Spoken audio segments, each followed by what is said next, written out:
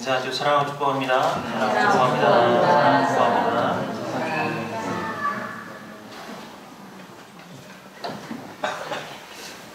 오늘 이제 유아 세례가 있어서 어린이 주일 말씀을 좀 준비를 했습니다. 자녀 교육에 대해서 말씀을 나누려고 하고요. 여러분 부모에게 소중한 것이 있다면 여러 가지가 있겠지만 그래도 자녀가 있는 부모님들은 다 자녀가 가장 소중할 거 아니에요, 그렇죠? 세상 모든 부모들이 자녀를 위해서 수고하고 희생하는 것에 대해서 마다하는 사람이 없습니다. 문제는 뭘까요? 자녀들이 부모 말 안 들었구만. 네, 부모가 원하는 대로 되지 않는다는 거예요. 특히 요즘 같은 시대에는 자녀 키우는 게 이제 얼마나 어렵습니까? 네. 여러분 잘 아시듯이 품 안의 자식이라는 말이 있듯이 내가 낳은 자식이지만 조금만 크면 내 마음대로 되지 않는다는 것이죠.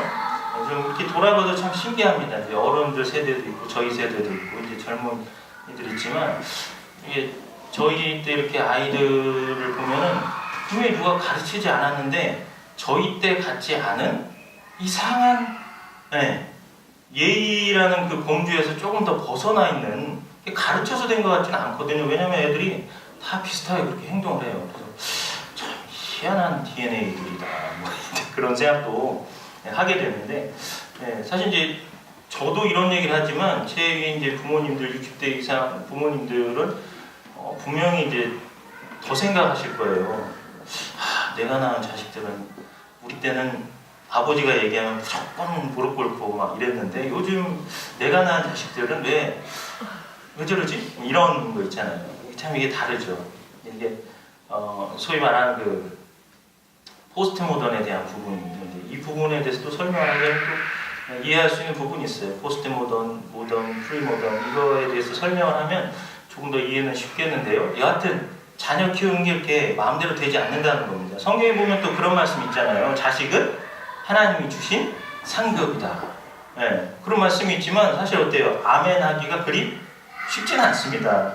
어린이집 다닐 때는 애들 얼굴 핥히지 않을까 이제 그런 걱정도 하죠. 또 학교 들어가면 공부나 잘 하려나 얻어 터지고 다니지 않을까 이런 것부터 시작해가지고 왕따 당하지 않을까 사고 나지 않을까 노심초사하는 그런 부분이 있죠. 또 그게 다가 아닙니다. 이제 어른들은 또 자녀 키우면서 그럼 대학 나오면 뭐 취직은 결혼은 분명 자녀를 둔 나이 든 부모님들은 애를 키우고 있는 자기 자녀를 보면도 불구하고 여전히 근심 걱정이 마를 날이 없을 거예요. 요즘 부모님들은 어때요? 자녀보다 모르는 게 너무 많아요. 그러니까 뭘 이렇게 가르치고 내가 말하는 것에 대해서 들을 수 있게 하겠다? 어렵단 말이죠. 오히려 어때요? 야 이거 어떻게 하냐? 물어보고 다닌다는 거죠. 그러니까 어때요? 그런 면에서도 권위가 상실이 돼요. 그러니까 말을 잘 안 듣는다는 거죠. 아니 아빠가 그거 몰라서 그래. 엄마 그것도 몰라? 이러면서 이제 아마 농사 지을 때 부모님들이 자녀 훈계하기는 이제 쉬웠을 겁니다. 그러면 이렇게 어려운 부모 노릇을 어떻게 하면 좋을까? 우리는 예수 믿는 사람들입니다. 어디서 답을 얻어야겠어요? 당연히 성경에서 확인하는 것이죠.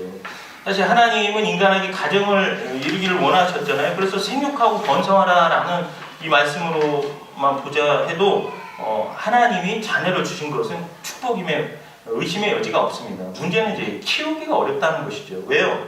자녀를 내가 키워본 다음에 다시 자녀를 키우는 게 아니잖아요. 경험이 없다는 겁니다. 그러면 걱정만 하고 살아야 하냐? 우리는 하나님을 아버지로 섬기는 신자입니다. 그렇기 때문에 성경에서 답을 얻어야 되는 것이 우리가 할 일이죠.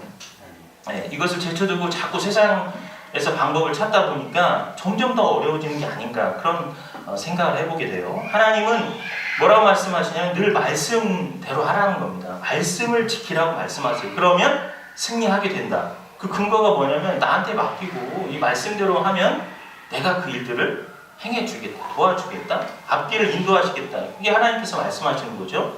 오늘 본문을 살펴보면서 우리가 그런 부분들을 좀 확인했으면 좋겠습니다. 본문은 이제 엘리 제사장의 가족의 얘기가 나오잖아요. 제사장이면서 사사입니다. 자녀 교육에 그리고 실패한 사람이에요.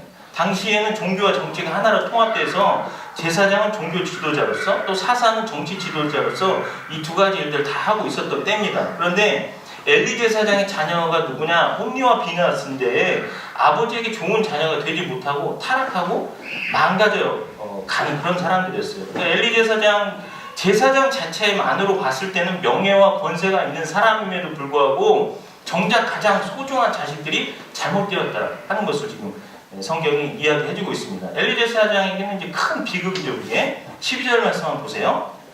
기록되기를 그 아들들은 행실이 나빠라고 기록되어 있어요. 더구나 이 개역 성경에서는 그걸 더 적나라하게 표현하고 있습니다. 뭐라?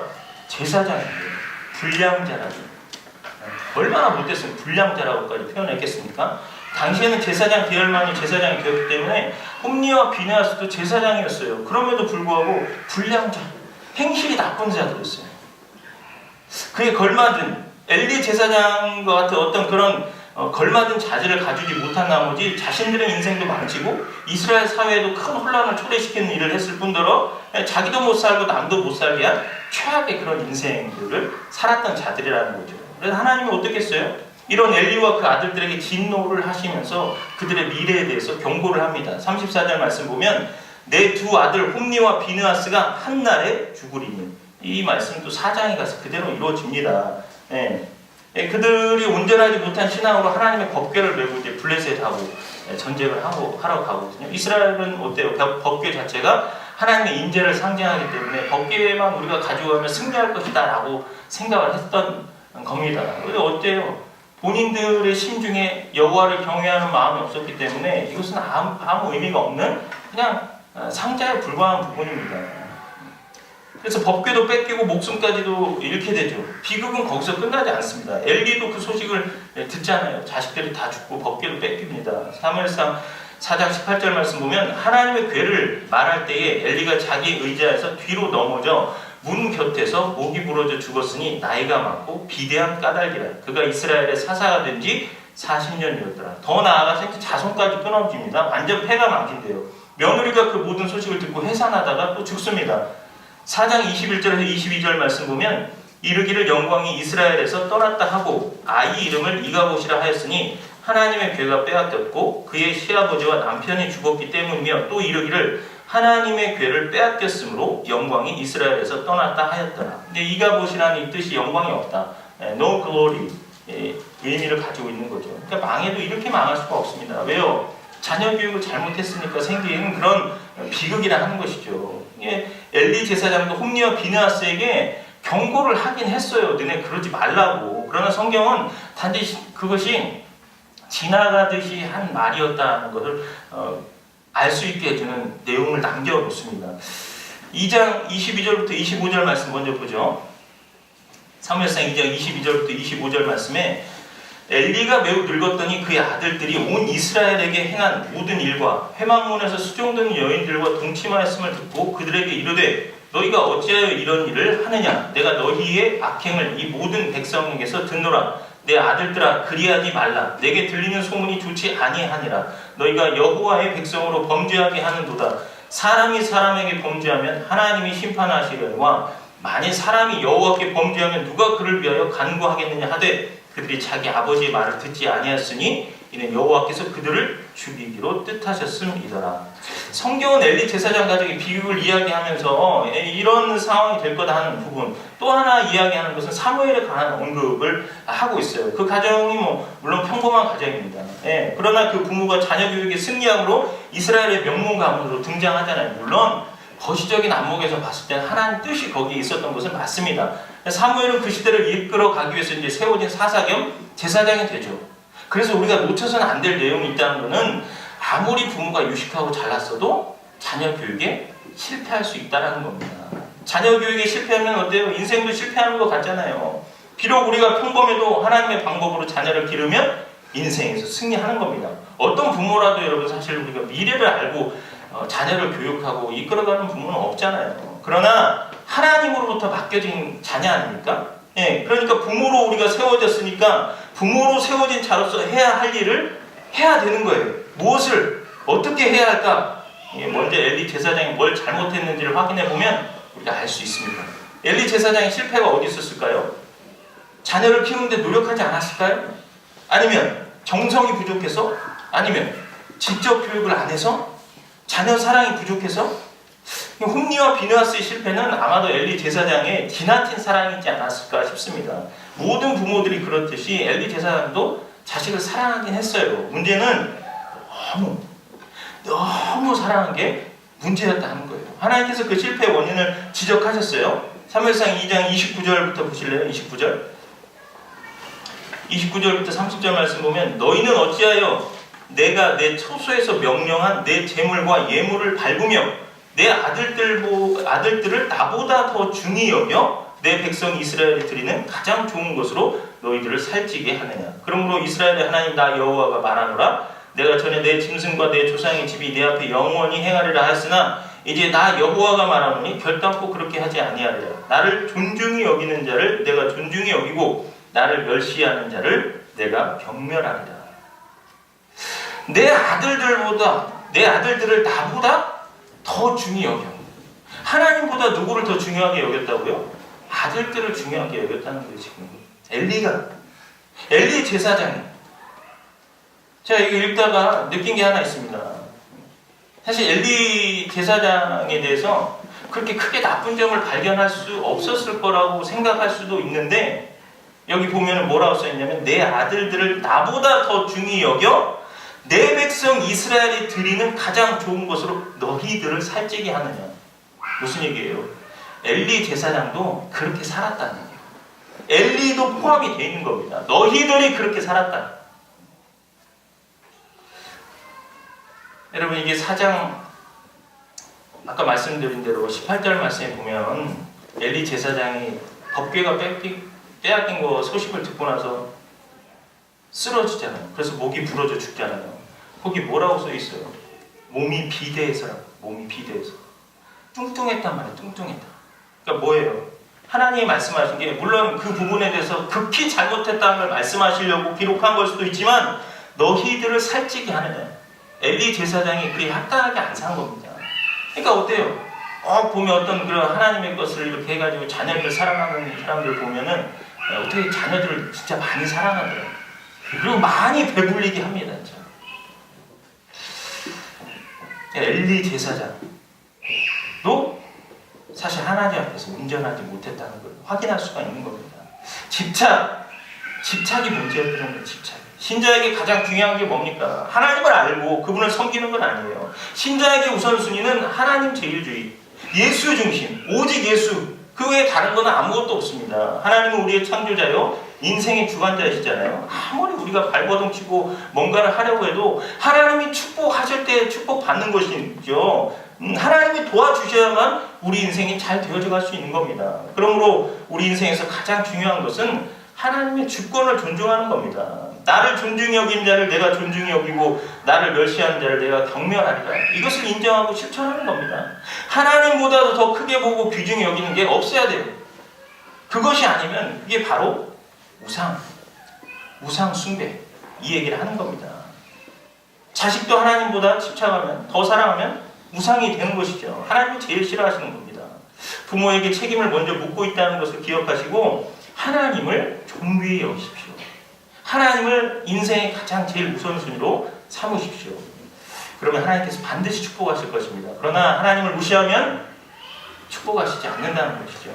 엘리 제사장의 실패의 원인은 자녀를 키울 때 우선순위를 놓친 겁니다. 자녀가 잘되고 형통하기를 원하십니까?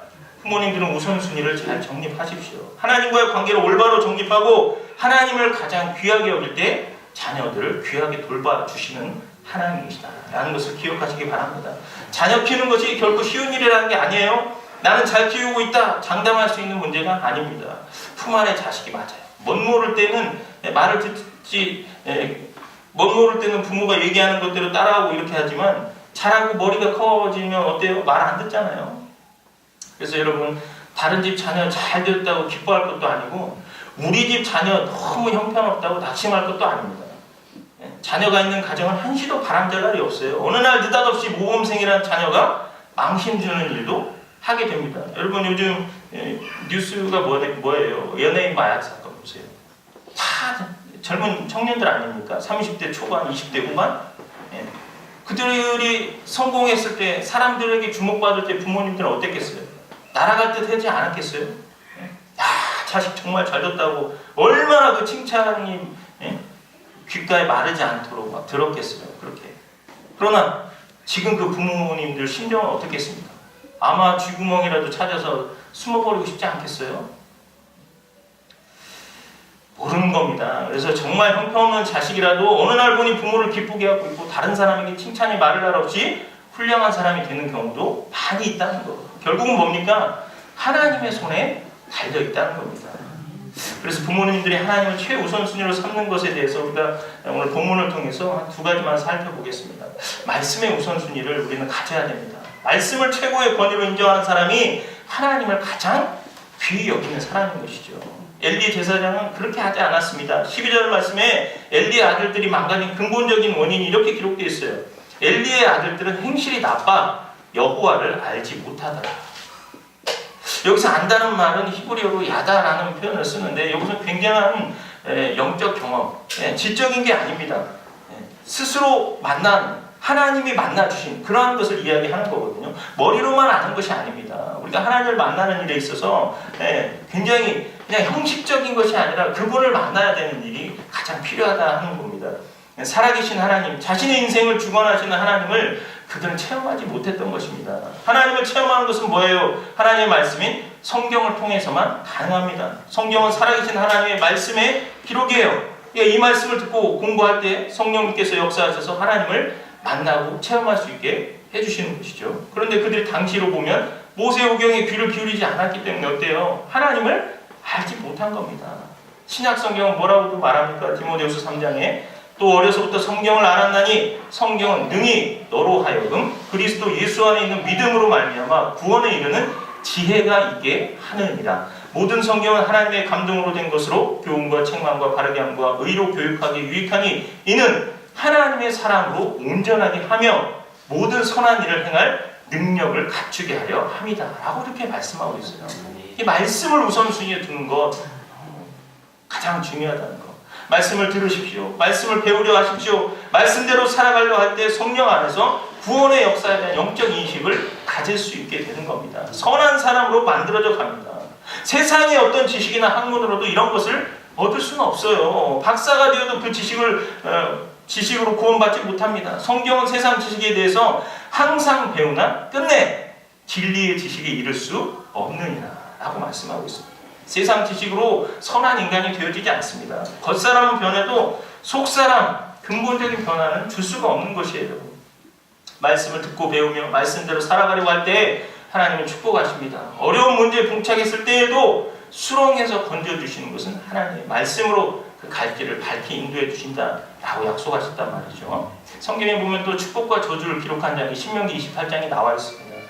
여기서 보면 내가 내 하나님 여호와의 말씀을 삼가 듣고 내가 오늘 내게 명령하는 그의 모든 명령을 지켜 행하면 내 하나님 여호와께서 너를 세계 모든 민족 위에 뛰어나게 하실 것이라. 내가 내 하나님 여호와의 말씀을 청종하면 이 모든 복이 내게 임하며 내게 이르기를 성읍에서도 복을 받고 들에서도 복을 받을 것이며 내 몸의 자녀와 내 토지의 소산과 내 짐승의 새끼와 소와 양의 새끼가 복을 받을 것이며 내 광주리와 떡반죽 그릇이 복을 받을 것이며 내가 들어와도 복을 받고 나가도 복을 받을 것이니라 라고 말씀하고 있어요. 하나님의 명령을 지켜 행하십시오. 반대로 하나님 말씀을 순종하지 않을 때는 축복의 반대가 된다고 말씀하십니다. 신명기 28장 15절부터 내가 만일 내 하나님 여호와의 말씀을 순종하지 아니하여 내가 오늘 내게 명령하는 그의 모든 명령과 규례를 지켜 행하지 아니하면 이 모든 저주가 내게 임하며 내게 이를 것이니 내가 성읍에서도 저주를 받으며 들에서도 저주를 받을 것이요 또 내 광주리와 떡반죽 그릇이 저주를 받을 것이요 내 몸의 소생과 내 토지의 소산과 내 소와 양의 새끼가 저주를 받을 것이며 내가 들어와도 저주를 받고 나가도 저주를 받으리라. 말씀 잘 기억하십시오. 다음으로 말씀을 가까이 하는 것과 함께 중요한 것은 예배입니다. 예배의 우선순위. 무슨 일이 있어도 예배를 드리십시오. 하나님을 가장 귀히 여기는 것은 예배를 통해서 나타납니다. 예배는 하나님을 만나서 그분을 높여드리는 거예요. 안타깝게도 엘리 제사장의 아들들은 예배를 소홀히 했습니다. 예배를. 17절 말씀 보면 그들이 망가진 두 번째 원인이 예배에 실패했음을 알 수 있습니다. 이 소년들의 죄가 여호와 앞에 심히 크면 그들이 여호와의 제사를 멸시함이었다. 예배드린 것이 이렇게 소중한 겁니다. 왜? 하나님을 만나는 장소니까. 내가 하나님 앞에 겸비하는 장소니까. 나의 부족함, 연약함들이 밝게 드러나서 정결함과 깨끗함을 입을 수 있는 것은 예배를 통해서 하나님을 만날 때이기 때문입니다. 그래서 예배를 소홀히 하면 안 된다는 겁니다. 예배를 중요시해야 된다라고 성경은 말씀해 주고 있는 겁니다. 그래서 예배의 실패자가 성경에 기록되어 있고 예배의 성공자가 성경에 기록되어 있는 것이죠. 사무엘이 어땠습니까? 사무엘상 1장 28절 말씀 보면 나도 그를 여호와께 드리되 그의 평생을 여호와께 드리나이다 하고 그 아이는 거기서 여호와께 경배하니라. 또 2장 11절 말씀에 엘가나는 라마의 자기 집으로 돌아가고 그 아이는 제사장 엘리 앞에서 여호와를 섬기니라. 어려서부터 내 자녀를 하나님 말씀 앞에 또 예배를 드리는 일들 반드시 하시기 바랍니다. 예배는 신앙의 기초입니다. 예배로 시작해서 반석으로 만들어져 가는 것이죠. 예배의 승리자가 인생을 승리하는 겁니다. 예배의 실패자가 인생의 실패자가 되는 것이에요. 오늘 부모님들에게만 말씀을 선포하는 게 아닙니다. 청년들도 들으십시오. 나는 예배자로 잘 살고 있는 것인가? 그리고 모두 생각하십시오. 예배 생활에 무관심한 명목상의 그리스도인들이 오늘날 얼마나 많습니까? 나는 말씀을 기억하시고 그러면 실천하세요. 반드시 내가 키우는 자녀가 우선이 아니라 하나님 제일 주위의 삶을 사는 사람에게 하나님의 통치와 다스리심이 부모와 자녀에게 있을 것입니다. 성경의 약속이고 그 약속은 하나님 우리 아버지 되신 분의 약속이다. 자녀 교육은 누구도 장담할 수 없다는 것 앞서도 말씀드렸지만 여러분 사무엘에 대해서 이렇게 너무 좋은 얘기 했잖아요. 놀랍게도 사무엘도 자신은 그렇게 부모님이 기뻐할 만한 자녀였지만 사무엘의 두 자녀가 있었어요. 역시나 엘리 제사장의 자녀들처럼 자기 아버지 같지는 못했습니다. 이게 사무엘상 8장에 보면 그들은 많은 실수를 범했다 하는 부분에 대해서 기록하고 있어요. 이럴 수도 있어요. 부모가 잘해도 자식이 잘못될 수 있는 겁니다. 외부의 환경적인 요인 때문에 유해한 사회 환경으로 삐뚤어질 수 있어요. 당시 사사시대가 얼마나 사악한 시대였습니까? 그러기에 우리는 겸손해야 됩니다. 자녀를 키우면서. 그리고 결국 그 일을 위해서 우리가 할 일이 뭐예요? 기도하는 것이죠. 기도해서 내 자녀를 하나님께 맡겨드리는 겁니다. 단지 우리에게 하라고 하는 일들을 하면 되는 거예요. 자녀 교육의 마무리는 기도입니다. 자식 가진 부모 큰 소리 못 친다는 말이 있음을 기억하고 늘 깨어 있어야 돼요. 이게 무슨 얘기인지 아십니까? 젊은 분들. 나도 자녀 가지면 어떻게 될지 모른다는 얘기예요. 그러니까 남들 자녀들 이렇다 저렇다 하는데 손가락질 하지 말라는 겁니다. 장담할 수가 없는 거예요. 그러니까 우리가 할 일은 겸손히 내 자녀 하나님이 말 잘 듣는 자녀입니까? 정말 하나님 앞에 감사하십시오. 그러나 그건 교만할 일이 아니라는 거예요. 어떻게 무슨 일이 발생할지 모른다는 것이죠. 말 안 듣는 자식 키우고 있으니까 너무 걱정할 필요도 없다. 하나님께 맡겨드렸을 때. 그 인생 살아가는 동안에 하나님은 어떻게 그를 세우실지 아무도 모르는 겁니다. 그래서 계속해서 우리는 겸손히 기도해야 된다. 시편 126편 5절 6절 말씀 보면 눈물을 흘리며 씨를 뿌리는 자는 기쁨으로 거두리로다. 울며 씨를 뿌리러 나가는 자는 반드시 기쁨으로 그 복직단을 가지고 돌아오리로다. 여러분 자녀 키우면서 우리 부모님들은 다 아시죠? 여전히 눈물 흘리면서 자녀를 위해서 기도하시는 거. 끝까지 기도하는 겁니다. 주님 앞에 갈 때 하나님의 인도함을 구하는 겁니다. 그게 우리가 할 일이라는 것이죠. 눈물을 흘리면서 기도하셔서 씨를 심으시기를 부탁드립니다. 오늘 승환 유아세례가 있어서 어린이 주일 말씀 준비해봤는데 해당 부모님 오늘 말씀을 잊지 말고 하나님의 말씀과 기도로 잘 키우시길 부탁드리고 그 어떤 것보다 하나님 제일주의 오직 예수 예배자의 삶을 인생에서 가장 가치 있고 소중한 것임을 계속해서 가르치시길 부탁드려요. 하나님을 키워주시는 자녀가 되도록 하시길 바랍니다. 그리고 여기 계신 모든 분들 그리고 결혼해서 이제 출산 계획을 가지고 있는 가정 그리고 앞으로 결혼할 청년들도 오늘 말씀을 마음에 새기십시오. 자녀를 어떻게 키워갈지 미리 기도하는 겁니다. 기도하는 건 저축하는 거죠. 네? 미리 하나님 앞에. 그래서 미리 기도를 준비하셔서 형통한 믿음의 가정을 만들어 가시기를 주님의 이름으로 부탁드립니다.